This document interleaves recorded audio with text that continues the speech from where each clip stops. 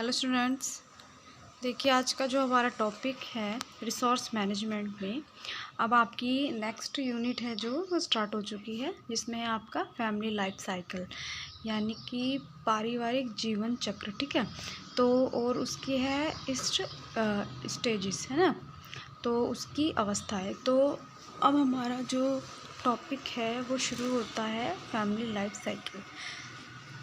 तो देखिए क्या होता है, पारिवारिक जीवन की समस्या जिसमें कि व्यवस्थापन समस्या भी शामिल है को जानने एवं समझने का प्रत्येक पारिवारिक जीवन चक्र की धारणा से है।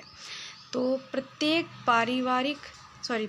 परिवार व्यक्तिगत रूप से भिन्न होता है, किंतु यह अपने जीवन इतिहास में समान अवस्थाओं से गुजरते हैं।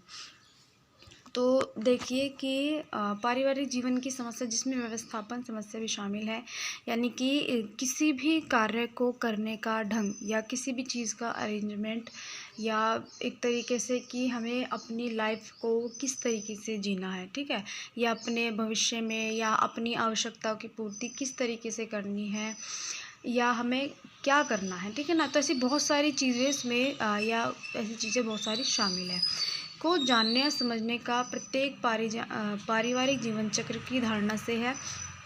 तो प्रत्येक परिवार व्यक्तिगत रूप से भिन्न होता है, यानी कि हर एक परिवार जो होता है जिसमें फैमिली मेम्बर्स होते हैं वो व्यक्तिगत रूप से अलग अलग होते हैं, ठीक है।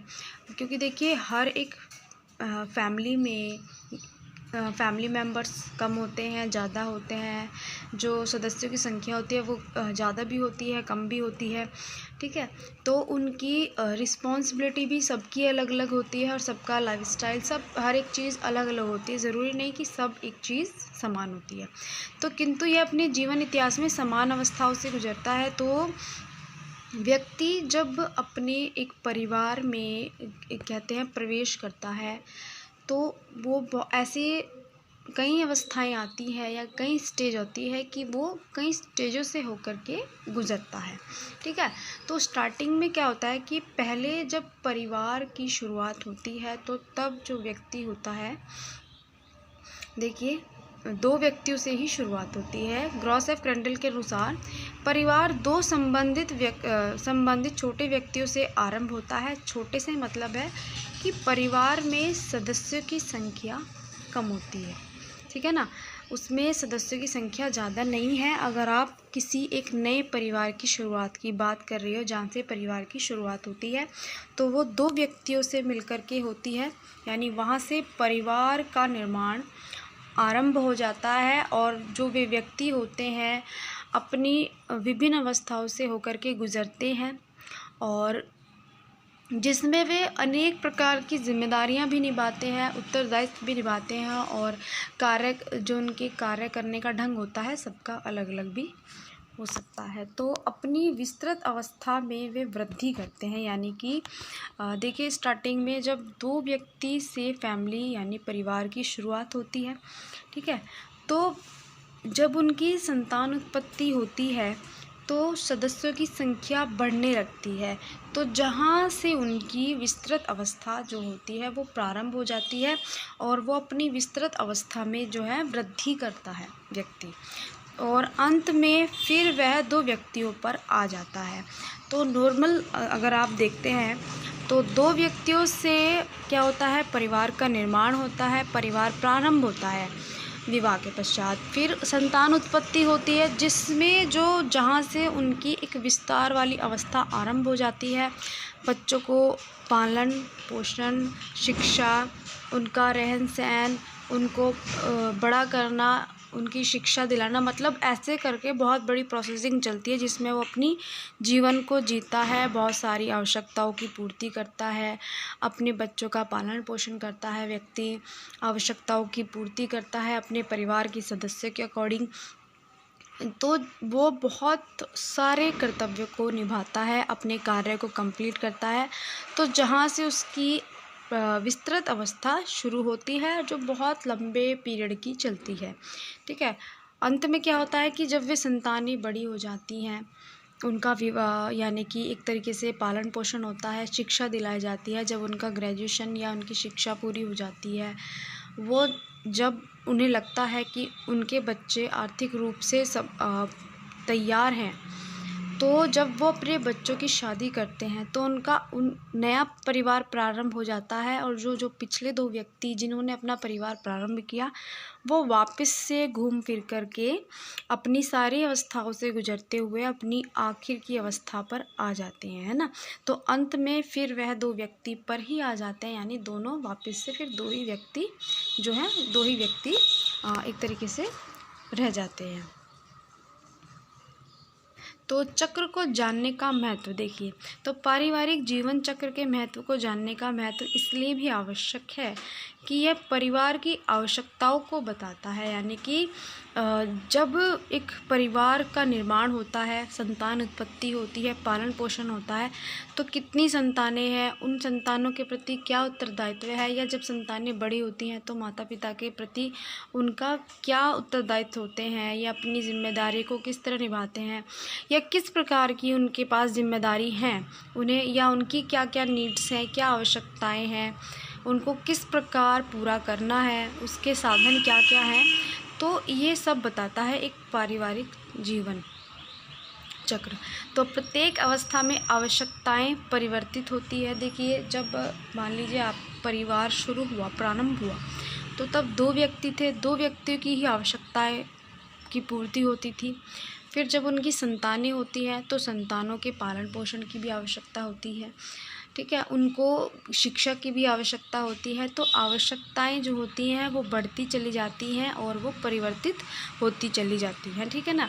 मान लीजिए जब छोटे बच्चे होते हैं तो उनके कपड़े कम साइज़ के होते हैं, छोटे साइज़ के होते हैं। जैसे ही उनके बच्चे बढ़ते हैं तो उनकी आवश्यकताएं बढ़ने लगती हैं, उनको 10 चीज़ों की और एक्स्ट्रा ज़रूरतें होती है, एजुकेशन है, उनकी बहुत सारी चीज़ें हैं, तो आवश्यकताएं और ज़्यादा परिवर्तित होती है। दूसरा आता है जीवन चक्र के धारणा, ये धारणा लिखा गया, जीवन चक्र की धारणा परिवार के भिन्न भिन्न अवस्थाओं में लगने वाले साधनों के भाव की भविष्यवाणी भी करते हैं। तो देखिए, जीवन जो हमारी फैमिली लाइफ साइकिल होती है, तो वो परिवार की भिन्न भिन्न अवस्था, यानी कि जो हमारी अलग अलग अवस्था आती है, या एक व्यक्ति या 2 व्यक्ति अपने पारिवारिक जीवन चक्र में कई अवस्थाओं से होकर के गुजरते हैं, तो उन अवस्थाओं में लगने वाले जो साधन होते हैं, साधनों की भाव की भविष्यवाणी भी करते हैं कि आने वाले फ्यूचर में आपको क्या क्या चीज़ें, क्या क्या ज़रूरतें हो सकती है। कई बार ऐसा होता है कि फैमिली शुरुआत होती है तो व्यक्ति इन फ्यूचर तक सोच के कुछ प्लानिंग तभी स्टार्टिंग कर देता है, यानी कि उसको पहले ही पता हो जाता है कि हाँ, उसको आने वाले भविष्य में इन चीज़ों की या इन आवश्यकताओं की पूर्ति करनी है, बच्चों का एजुकेशन है, शादी है, ठीक है, या उनको लगता है कि, तो तभी से थोड़ा सा आर्थिक रूप क्या होता है कि थोड़ा सा इनकम जो होती है वो सेविंग अपनी करनी शुरू कर देते हैं। तो किसी विशिष्ट समय में घर के व्यवस्थापन हेतु की जाने वाली कई तत्वों पर निर्भर करती है। ये थोड़ी सी लाइन आपकी थोड़ी सी गलत हो गई है, जो मैं आपको किसी विशिष्ट समय में घर के व्यवस्थापन हेतु की जाने वाली बातें हो सकती है, या की जाने वाली क्रियाएं कई तत्वों पर जो है वो निर्भर करती है।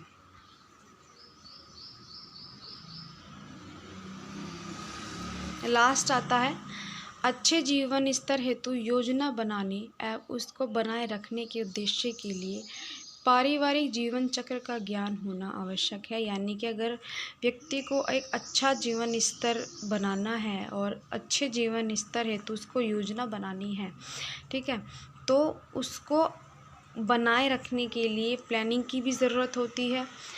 अगर वो अपने बच्चों को एक अच्छा जीवन स्तर देना चाहता है, खुद को एक अच्छा जीवन स्तर देना चाहता है, तो उसके लिए वो प्लानिंग बनाता है और उसको बनाए रखने के उद्देश्य के लिए वो पारिवारिक जीवन चक्र का ज्ञान भी उसको होना आवश्यक होता है। जैसे कहते हैं कि व्यक्ति कई अवस्थाओं से होकर के गुजरता है, तो जो बड़े व्यक्ति होते हैं वो इन अवस्थाओं से होकर के गुजर चुके होते हैं, तो उन्हें किस समय क्या चाहिए या कौन सी अवस्था में क्या होता है, तो वो हर एक ज्ञान उनके पास पहले से ही होता है। तो परिवार की हर एक अवस्था से गुजरने का ज्ञान या पारिवारिक जीवन चक्र का ज्ञान होना भी आवश्यक है। तो दीर्घकालीन उद्देश्य हेतु योजना बनाने के लिए भी पारिवारिक जीवन चक्र को जानना आवश्यक है, यानी कि जो भविष्य में की जाने वाली कुछ आवश्यकताओं की पूर्ति या कुछ उद्देश्यों की पूर्ति के लिए भी योजना बनाने के लिए भी या किसी भी चीज़ को कार्य को करने के लिए भी पारिवारिक जीवन चक्र को जानना बहुत ज़्यादा आवश्यक है। एक इसमें डेफिनेशन दी गई है, अकॉर्डिंग टू बिलो किसी भी परिवार की पारिवारिक जीवन चक्र की अवस्था की आर्थिक स्थिति का बहुत बड़ा भाग इस बात पर निर्भर करता है कि उन्हें अपनी प्रारंभिक अवस्था में आर्थिक स्थिति को पूर्ण किया जाए।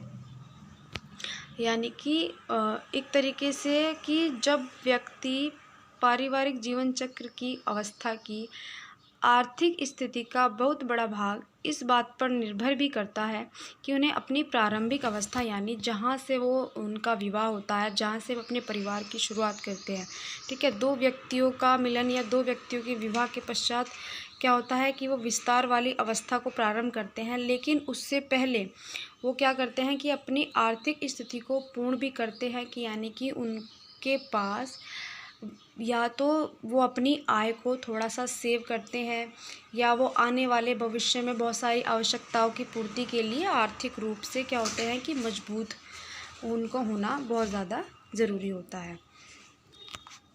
तो स्टूडेंट्स, इसके आगे का जो टॉपिक है वो मैं आपको नेक्स्ट वीडियो में बताऊंगी।